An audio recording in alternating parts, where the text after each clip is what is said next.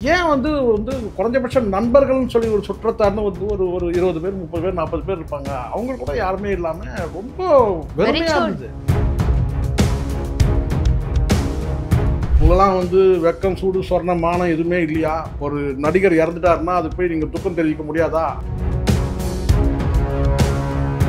25 இயர்ஸா உலகத்தரம் வாய்ந்த டாக்டர்களை உருவாக்கிட்டு வர்றது நம்ம ஐஎஸ்எம் தான். நீங்களும் உலகத்தர மருத்துவராக இந்தியர்களுக்காக உருவான ஐஎஸ்எம் இப்பவே காண்டாக்ட் பண்ணுங்க. உங்கள் கனவு இல்லம் நிஜமாகிறது. வேல்யூ ரியாலிட்டி வழங்கும் சரசா எமினட் இலாம்பாக்கம் பேருந்து நிலையம் அருகே டிடிசிபி மற்றும் ரெரா அங்கீகாரம் பெற்ற வீட்டு மனைகள். ஸ்கொயர் ஃபீட் வெறும் 3800 மட்டுமே. ஆனால் விஜயகாந்த் அவர்கள் இறந்ததுக்கு பிறகு நான் தொடர்ச்சியா நான் பார்க்கிறேன், துக்கம் அனுஷ்டிக்கிறது வந்து ஒரு பெரிய ஒரு கடமையா இவங்க எடுத்துக்கல. நடிகர்களுக்கு இறக்கும்போது அந்த குடும்பத்துக்கு வந்து ஒரு ஆறுதல், ஒரு நம்பிக்கை, நேரில் போய் அவங்களுக்கு கொடுக்கக்கூடிய அந்த மரியாதை வந்து அவங்களுக்கு கௌரவமா இருக்கலாம், பெருமையா இருக்கலாம். அதை தாண்டி ஆனால் வந்து ஏஆர் ரஹ்மான் வந்து அவர் போகலனா கூட அவருடைய சார்பா யாரையாவது கூட அனுப்பியிருக்கலாம். ஆனா அப்படி எதுவும் நடக்கல. ஒய்ஜி மகேந்திரன் பேசின மாதிரியாவது போகலனால் கூட ஒரு செய்தியாவது வந்து இன்னைக்கு இணையத்துல வந்து ஒரு செய்தியா கூட நீங்க அதை வெளியிடலாம், அதையாவது செய்யலாம்னு நான் நினைக்கிறேன். எனக்கு இதுல என்ன இன்னொரு கேள்வி அப்படின்னு பாத்தீங்கன்னா, இவர் வந்து யாருடைய இறப்புக்கும் கலந்துக்காம இருப்பாரோ, இவர் தனிப்பட்ட முறையில அது அந்த ஒரு பாயிண்ட் ஒண்ணு கரெக்ட்னா உண்மையா சொல்லணும். ஏன்னா ஒருவேளை ஒரு கேன்சர் பேஷண்ட்ன்றதுனால கூட இவர் கிட்ட நெருங்காம தூரமா இருக்கிறாங்களோ. ஏன்னா மிக மிக சொற்பமான எண்ணிக்கையில தான் உறவினர்கள் கூட இருக்காங்க. அவங்களுடைய உறவினர்கள்லாம் வந்து வந்திருந்த உறவினர்கள் எல்லாம் பாடி இங்க இருக்குன்னா அவங்க எல்லாம் வந்து பார்த்தீங்கன்னா கிட்டத்தட்ட ஒரு 20-30 அடி தூரத்தில் இருந்தாங்க. 20-30 அடி இல்லை, ஜாஸ்தியாக இருக்கும். நமக்கு அவருக்கு ஏதோ தொடர்பு இருக்குன்னு வச்சுக்கோங்களேன், நாம போய் அங்கே போய் நின்றுடலாம். அதனால ஒன்றும் நம்ம குறைஞ்சிட மாட்டோம். வணக்கம் சார். வணக்கம். தமிழ் சினிமால பிரபலமான ஒரு நடிகர், அதாச்சும் மதன் பாப் அவர்கள் நிறைய படங்கள்ல குணச்சித்திர வேடங்கள்ல நடிச்சிருக்காரு. கிட்டத்தட்ட 180 படங்களுக்கு மேல நடிச்சிருக்கிற ஒருத்தர். அவருடைய இறப்பு அப்படிங்கிறது ஒரு மிகப்பெரிய கவலை தரக்கூடிய ஒரு விஷயமா இருந்தாலும், அவருடைய இறப்புக்கு எந்த ஒரு நடிகருமே பெருசா கலந்துக்கல அப்படிங்கிற ஒரு விஷயம் வந்து பேசும் பொருளா மாறி இருக்கு. ஸோ நீங்க இதை எப்படி பாக்குறீங்க? நேரத்துல இருந்து நானும் பார்த்தேன். எவ்வளவுதான் வந்து ஒரு நெகட்டிவான ஒரு பார்வை இருந்தாலும், சமூக பார்வை இருந்தாலும் கூட, இல்லை சினிமாவிலே கூட நெகட்டிவான ஒரு பார்வை இருக்கிற மனிதர்களுக்கு கூட இவ்வளவு குறைவான என்னன்னா இல்லை ஒரு 0% சொல்லலாம் கிட்டத்தட்ட. அப்படிதான் அங்கே வந்து மக்கள் இருந்தாங்க. சராசரி சாதாரணமாக சினிமாவில் இருக்கிற வந்து ஒரு என்ன சொன்ன ஒரு வந்து சினிமா தலையை காட்டிட்டு போகக்கூடிய இருக்காங்க இல்லையா, அந்த மாதிரி நடிகர்களுக்கு கூட ஒரு குறைஞ்சபட்ச கூட்டம் இருந்து, இங்கே கூட்டம்னு இல்லாமல் ஒரு சாதாரண மனிதர்களுக்கு வரக்கூடிய அந்த மக்கள் கூட இல்லாமல் இருந்தது ஆச்சரியமாக இருந்தது. அதுவும் குறிப்பாக சினிமாவில் இருக்கிறவங்க வந்து அவரே வந்து அவர் வாயால் சொன்ன பல பேர் வந்து இங்கே வந்து பார்த்திங்கன்னா இல்லை. ஊடகங்களை வந்து இரங்கல் தெரிவித்தவங்க கூட வந்து அங்கே போகவே இல்லைன்றது ரொம்ப வருத்தமாக இருந்தது, அதிர்ச்சியாக இருந்தது எனக்கு. இப்படி கூட வந்து சினிமாவில் வந்து ஒரு மரணங்கள் வந்து இப்படி கூட இருக்குமா ஒரு வேளை? ஏன்னா என்னதான் கேன்சராக இருந்தால் கூட விட்டமே, கொரோனா காலத்தில் கூட இறந்த நடிகர்களுக்கு வந்து ஒரு குறைஞ்சபட்ச வந்து அவருடைய ரசிகர்கள் இல்லைனால் கூட சினிமாவில் வந்து உற்றத்துவானாக இருந்தவங்க கூட இருப்பாங்க. ஆனால் அந்த அளவுக்கு வந்து இவர் எல்லாரையுமே சிரிக்க வச்ச மனுஷன் தான். யாரு மதன் பாப்னாலே சிரிப்பு தான் பிராண்டு. அவருடைய சிரிப்பே அந்த அளவுக்கு சிரிப்பு தான் பிராண்டு. அந்த மாதிரி சிரிக்கிறதுக்கு இன்னொரு ஆள் இல்லை. குமரி முத்து, மதன் பாப் இவங்கெல்லாம் வந்து இதை கிட்ட கிச்சான ஒரு நடிகர் வந்தார், அவர் காணாம போயிட்டாரு. இவங்கெல்லாம் சிரிப்பை வந்து ஒரு அடையாளமாக வச்சு தான் வந்து படத்தில் வந்து அடுத்த கட்டத்துக்கு நகர்ந்தாங்க. பல படங்களில் இது சொல்கிறாங்க, 150 படம்னு சொல்கிறாங்க, வந்து அவர் நடித்த படங்கள்னு சொல்கிறாங்க. பல மேடை நாடகங்கள் நடிச்சிருக்கிறாரு. ஏன் வந்து வந்து குறைஞ்சபட்சம் நண்பர்கள்னு சொல்லி ஒரு சுற்றத்தார்னு வந்து ஒரு 20 பேர் 30 பேர் 40 பேர் இருப்பாங்க. அவங்க கூட யாருமே இல்லாமல் ரொம்ப வெறுமையாக இருந்தது. ரொம்ப எனக்கு அதிர்ச்சியாக, ரொம்ப ஆச்சரியமாக இருந்தது, அதிர்ச்சியாக இருந்தது. நீங்கள் நடிகர் சங்கத்தில் இருந்து குறைஞ்சபட்சம் வந்து அதுக்கு எந்த காலமாக ஆயிடுச்சு நான் நினைக்கிறேன். ஒரு நடிகர் இறந்துட்டா அந்த சடங்கு சம்பிரதாயத்துக்காகவாது ஒரு அந்த முதல் கட்ட நிர்வாகிகள் போகணும், இல்லை இந்த மாதிரி இரங்கல் தெரிவிக்கிறதுக்குன்னு ஒரு குழுவாவது அமைக்கணும். அது நாசர் இதை கேட்பார் நான் நினைக்கிறேன். இப்போ எல்லா நிகழ்ச்சிக்கும் வந்து நாசர் அவரை மட்டும் தான் போயிருக்காரு, அது சார்ந்த சில விஷயங்கள்ல இல்லை. அதுதான் இல்லை, அது உண்மைதானே. இப்போ நான் கேட்குற எல்லா இறப்புக்கும் நடிகர் சங்கத்துக்கு அவர் வந்து தலைவர் ஆகிட்டாருன்றதுனாலேயே வந்து பொதுச்செயலாளர் விஷால் இருக்கிறாருனால எல்லா நிகழ்ச்சிக்குமே போக முடியும் சொல்ல முடியாது. அவங்களுக்கு பர்சனலாக ஏதாவது ஒரு ஒர்க் இருக்கலாம், இல்லை ஏதாவது இருக்கலாம். அப்போ இதுக்கு வந்து இந்த மாதிரியான இரங்கல் தெரிவிக்கிறதுக்காக, இரங்கல் தெரிவித்து அவங்களுக்கு மாலை அணிவிக்கிறதுக்காக ஒரு குழுவையாவது அமைக்கணும். அதுதான் பண்ணலாம். ஒரு 10 பேர் கொண்ட குழு அமைச்சு இந்த 10 பேர் எந்த நடிகர் இறந்தாலும் அவங்க போய் இவங்க சார்பாக நடிகர் சங்கம் சார்பாக மரியாதை செலுத்துகிற மாதிரி இருக்கணுமா? அது நல்லது. ஏதோ நான் நெகட்டிவாக பேசணுன்றது கிடையாது. எனக்கு பயமும் கிடையாது. இவங்களை உருட்டி பரட்டி எடுக்கலாம். உங்களெல்லாம் வெக்கம் சூடு சொர்ணம் மானம் எதுவுமே இல்லையா? ஒரு நடிகர் இறந்துட்டாருன்னா அதுக்கு போய் நீங்கள் துக்கம் தெரிவிக்க முடியாதா அப்படின்னு சொல்லி தான் என்னால் கேட்க முடியும். ஆனால் இது கேட்கறதுலே ஒரு நியாயம் வேணும்ல. இப்போ எல்லா இறப்புக்கும் ஒரு நாளைக்கு 2 நடிகர் இறந்துறாங்க, 2 நடிகர் காது குத்து வைக்கிறாங்க, 2 நடிகர் கல்யாணம் பண்ணுறாங்க, 2 நடிகர் கட்டினா இவங்களுடைய ப்ரொஃபஷனல் விட்டுட்டு இவங்க எல்லாத்துக்கும் போக முடியும்னு சொல்ல முடியாது. ஆனா அது இறப்புன்றது சொன்னாலும் அது நியாயம் கிடையாது. அப்போ இரங்கல் தெரிவிக்கணும்னா இப்போ மற்ற நிகழ்ச்சிகள் மாதிரி நீங்கள் இறப்பையும் எடுத்துக்க முடியாது. அதுதான். நீங்கள் கல்யாணத்துக்கு போகாமல் விட்டுறலாம் சார். நாளைக்கு போயிட்டு அவங்களுக்கு போயிட்டு கிஃப்ட் கவர் கொடுக்கறதோ அல்லது அவங்களுக்கு மரியாதை செலுத்துறதோ அதெல்லாம் அன்பை வெளிப்படுத்துறது அடுத்தது ஒரு வாய்ப்பு இருக்குது. ஆனால் இறந்து போன மனுஷனுக்கு அன்னைக்கு தான் நீங்கள் எல்லாமே செய்ய முடியும், எந்த ஒரு மரியாதையாக இருந்தாலும். இது நான் தொட்டு நான் விஜயகாந்தோட மரணத்துல நான் பார்க்குறேன்னு கேட்டேன்னா, ஒருத்தர் இறந்து போகிறாங்க. இப்போ கொரோனா பீரியட்ல இறந்து போயிட்டாங்கன்னா அன்னைக்கு பல தடைகள் இருந்தது, உங்களுக்கு தெரியும். அவர் எளிதாக ஒருத்தரை போய் சந்திக்கலாம், ஒருத்தரை போய் மரியாதை செலுத்த முடியாது. வெறும் இரங்கல் மட்டும் தெரிவித்தாங்க. அந்த காலகட்டத்தில் பல நடிகர்கள் இறந்தாங்க. அதை நம்ம கடந்து போகலாம். ஆனால் அதற்கு பிறகு விஜயகாந்த் அவர்கள் மரணம் கொரோனாவில் மரணம் அடையலை. அவர் இயற்கையான நோய்வாய்ப்பட்டு தான் இறந்தார். அவருடைய மரணமாக இருந்தாலும் சரி, அதுக்கு பிறகு நடக்கக்கூடிய அத்தனை துக்க நிகழ்வுக்கும் நடிகர் சங்கம் சார்பாக முழுமையான அந்த மரியாதை இல்லைன்ற. இப்போ முழுமையான மரியாதைன்னு கேட்டிங்கன்னா சங்கத்தில் இருக்க இப்போ நான் கேட்குறேன் நாசர் போகிறாரு. இப்போ தம்பி கிங்காங் அவருடைய திருமண நிகழ்ச்சி பண்ணார். அந்த திருமண நிகழ்ச்சிக்கு குடும்ப நிகழ்ச்சிக்கு நாசர் போனார். நாசர் நடிகர் சங்கம் சார்பா போனாரா இல்ல தனிப்பட்ட முறையில போனாரான்னு நமக்கு தெரியாது இல்ல.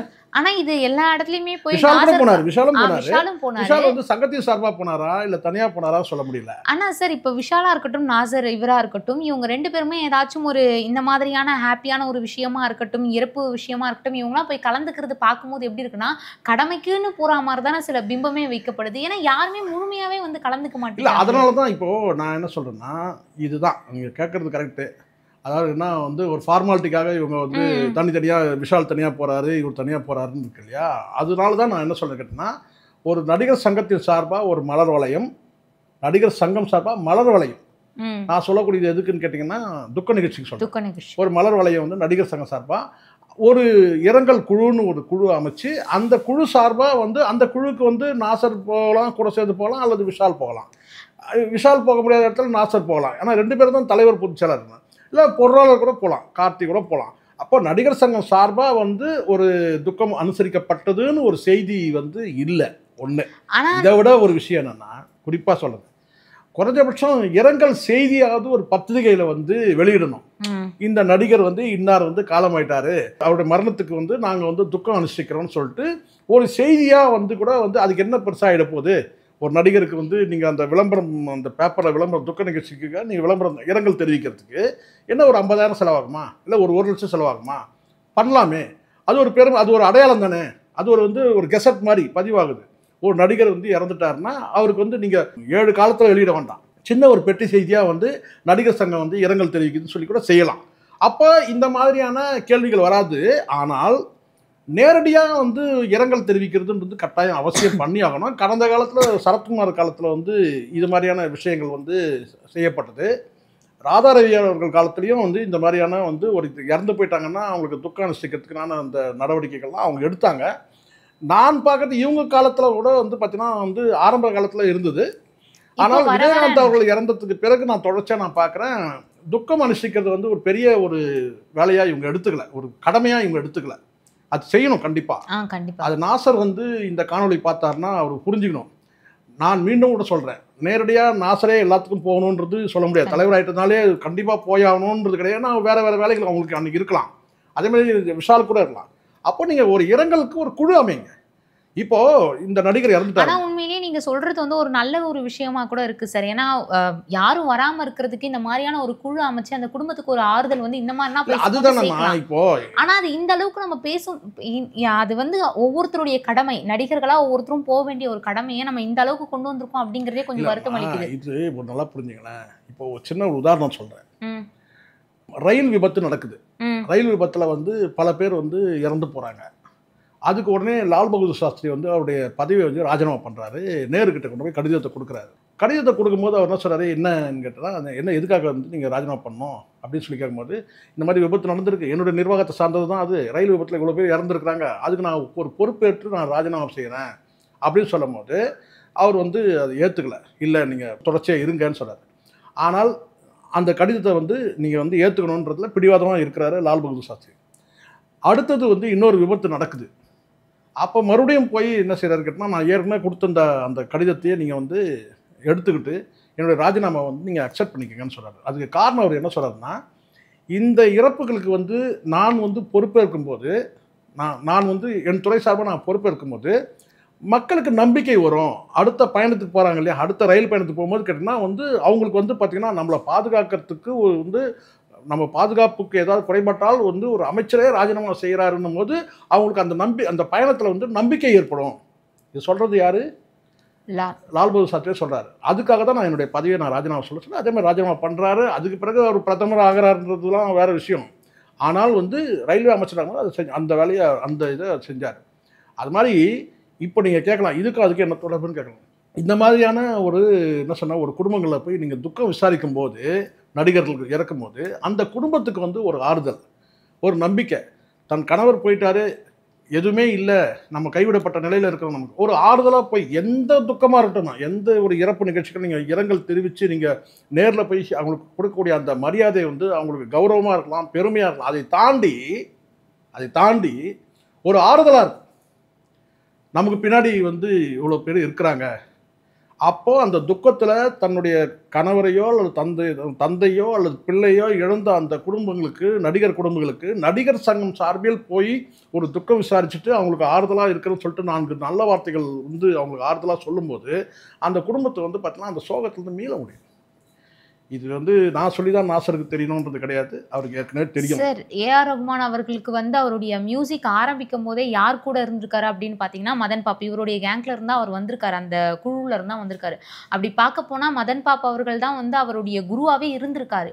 ஆனால் ஏஆர் ரகுமான் கூட அவருடைய இறப்புக்கு வரலையே சார். இல்லை, இதெல்லாம் எப்படி தெரியுமாம்மா, நீங்கள் சொல்கிறது கரெக்டு. ஆனால் இதெல்லாம் இந்த மனித உணர்வுகள் வந்து வித்தியாசமானது, உறவுகளும் வித்தியாசமானது, உணர்வுகளும் வித்தியாசமானது.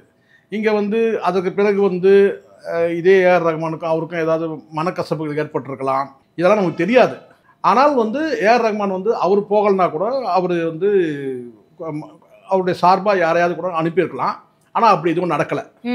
அப்போ அது நடக்காத போது கேட்டிங்கன்னா இவங்களுக்கும் அவருக்கும் அந்த சொல்லுவாங்க இல்லையா, டச் விட்டு போச்சுடுவாங்க இல்லையா. எல்லாருமே வந்து யாருமா நினைக்கிறாங்க இன்றைக்கி உள்ள காலகட்டத்தில் வந்து கேட்டிங்கன்னா வந்து நம்ம நினைக்கிற நம்மளை தான் பைத்தியம் நீடுறானுங்க. இது அவன் பைத்தியம் எல்லாத்தையும் ஞாபகம் வச்சுட்டு இருப்பான் தான். உண்மைதான். ரீசெண்டாக கூட சொன்னான், நீ தான் பைத்தியம் எல்லாத்தையும் ஞாபகம் வச்சுட்டு இருப்பேன்னு சொல்லிட்டு.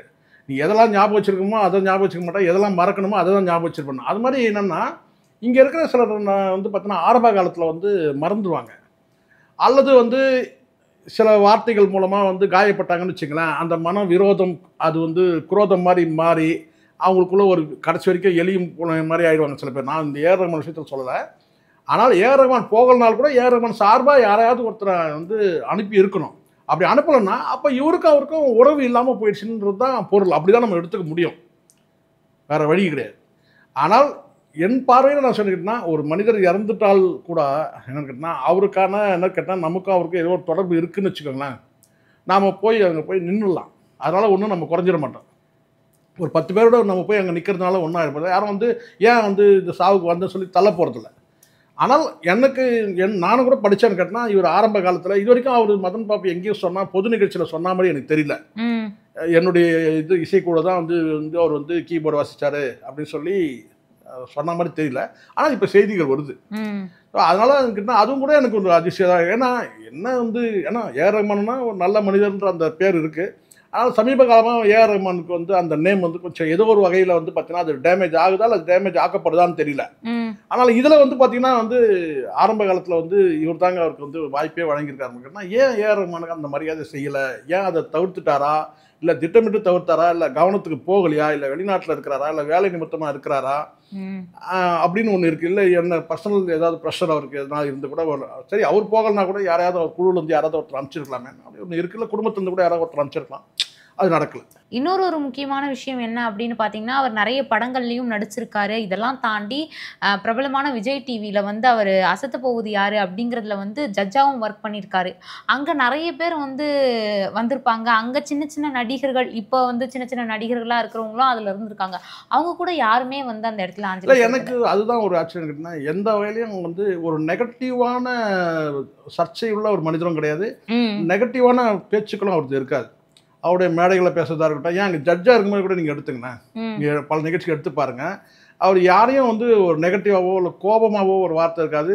சிரிப்பு தான் பிராண்டாக இருந்தாலும் கேட்டிங்கன்னா அவர் பேசுகிறதே சிரிப்பாக இருக்கும். ஸோ அதனால் வந்து இயல்பாக அவர் பேசுகிறதே வந்து பார்த்திங்கன்னா வந்து அந்த நகைச்சுவோட பேசுகிற மாதிரி தான் இருக்கும். கடினமான வார்த்தைகள் வந்து ஹார்ட் வேர்ட்ஸ் எதுவுமே இருக்காது. அப்படிப்பட்ட ஒரு மனிதர் வந்து முழுமையாக நான் அது கலக்கப்போவது யார் நிகழ்ச்சி வந்து நேற்று கூட ஒரு நிகழ்ச்சி எடுத்து பார்த்தேன். அவருடைய அந்த பர்ஃபார்மன்ஸ் இதெல்லாம் வந்து நம்ம இன்டர்வியூ பண்ணோம்னா நம்ம பேசணுமே கூட மீண்டும் கூட எடுத்து பார்த்தேன். ரொம்ப நல்ல மனுஷனாக தான் இருந்திருக்கிறாரு. ஒய்ஜி மகேந்திரன் கூட சொல்கிறாரு, அவருடைய நண்பரா, அவர் கூட வருத்தத்தை தெரிவிச்சிருந்தாங்க. அது போனாரா இல்லையான செய்தி நமக்கு தெரியல. படம் வரல, எதுவும் படம் வராதனாலே அவர் போகலன்னு நம்ம முடிவு பண்ண முடியாது. ஆனால் வந்து நட்பு இருந்திருக்கு. அந்த நட்புக்கு அவர் வந்து ஒரு நேர்காணல் அவர் வந்து வீடியோ போட்டாரு. நடிகர் சங்கம் அதையாவது செய்யணும். ஒய்ஜி மகேந்திரன் பேசின மாதிரியாவது நிகழ்ச்சி போகலனால் கூட ஒரு செய்தியாவது வந்து இன்னைக்கு இணையத்தில் வந்து ஒரு செய்தியாக கூட நீங்கள் அதை வெளியிடலாம், அதையாவது செய்யலான்னு நான் நினைக்கிறேன். அது விஷாலாக இருக்கட்டும், நாசராக இருக்கட்டும், அல்லது மற்ற சங்கத்தில் இருக்கிறவங்க ஒரு செய்தியாக வந்து பேப்பரில் வந்து ஒரு இரங்கல் தெரிவிக்கிறதோட ஒரு வீடியோலையும் அந்த செய்தியை வெளியிடலாம். யாராவது ஒரு குழு அமைச்சு அந்த நடிகர் சங்கம் சார்பில் அந்த குழு போய் அவங்கள சந்தித்து ஒரு ஆறுதல் தெரிவிக்கிற மாதிரி அது இனி ஒரு காலத்தில் பண்ணணுன்றது என்னுடைய. எனக்கு இதுல என்ன இன்னொரு கேள்வி அப்படின்னு பாத்தீங்கன்னா, இவர் வந்து யாருடைய இறப்புக்கும் கலந்துக்காம இருப்பாரோ, இவர் தனிப்பட்ட முறையில அது அந்த ஒரு பாயிண்ட் ஒன்று கரெக்டுமா, உண்மையாக சொல்லணும். ஏன்னா பல பேர் உங்களுக்கு தெரியும் நினைக்கிறேன், ஒரு துக்க நிகழ்ச்சியில் சொன்னாக்கா அதை ரொம்ப அலட்சியப்படுத்துவாங்க. அந்த துக்க நிகழ்ச்சிக்கு போக மாட்டாங்க. சொல்லுவாங்க தெரியுமா, நீ 4 பேர் நல்லது கட்டத்துக்கு போனாதான்டா உனக்கு 4 பேர் நல்லது கட்டத்துக்கு வருவாங்க அப்படின்னு சொல்லுவாங்க. அந்த சந்தேகம் எனக்கு இருக்கு. ஒருவேளை மதன் பாபு வந்து பல துக்க நிகழ்ச்சிகள்லாம் அவர் வந்து ஒருவேளை அவாய்ட் பண்ணியிருப்பாரோ, அப்படி ஒன்று இருக்கு.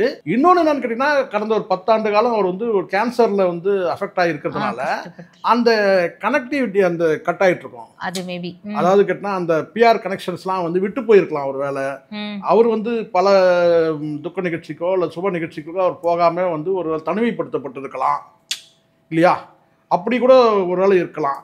ஆனால் அப்படிலாம் இருந்தால் கூட நட்பு வட்டாரம்னு ஒன்று இருக்கும். பொதுவாக வந்து நான் சொல்கிறேன்னா, நான் ஒரு கேன்சர் இது தவிர்க்க முடியாமல் சொல்கிறேன்.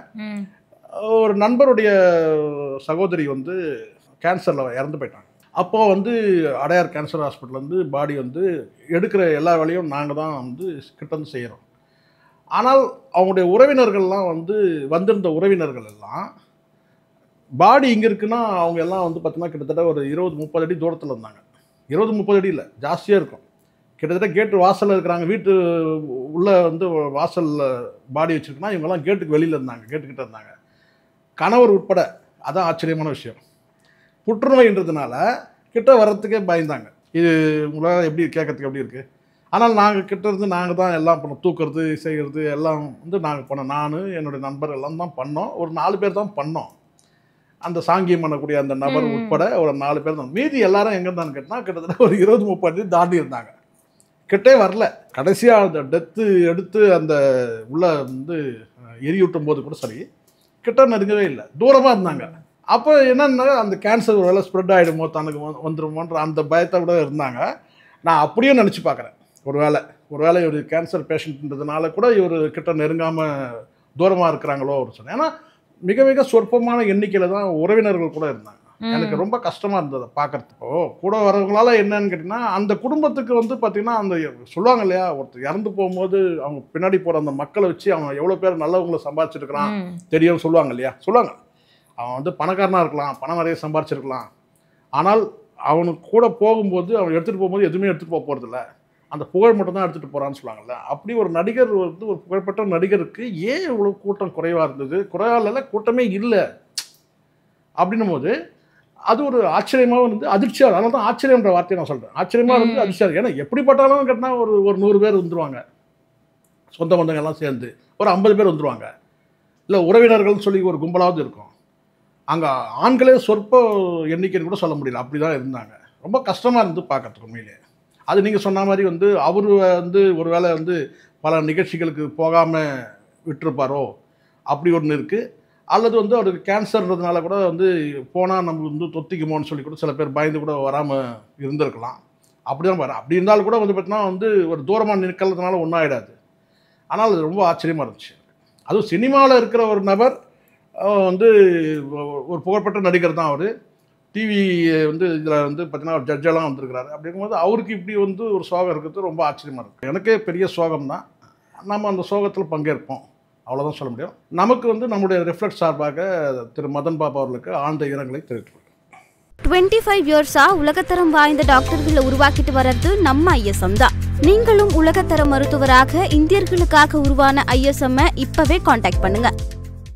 உங்கள் கனவு இல்லம் நிஜமாகிறது. வேல்யூ ரியாலிட்டி வழங்கும் செரசா எமினட் இலாம்பாக்கம் பேருந்து நிலையம் அருகே டிடிசிபி மற்றும் ரெரா அங்கீகாரம் பெற்ற வீட்டு மனைகள். ஸ்கொயர் ஃபீட் வெறும் 3800 மட்டுமே.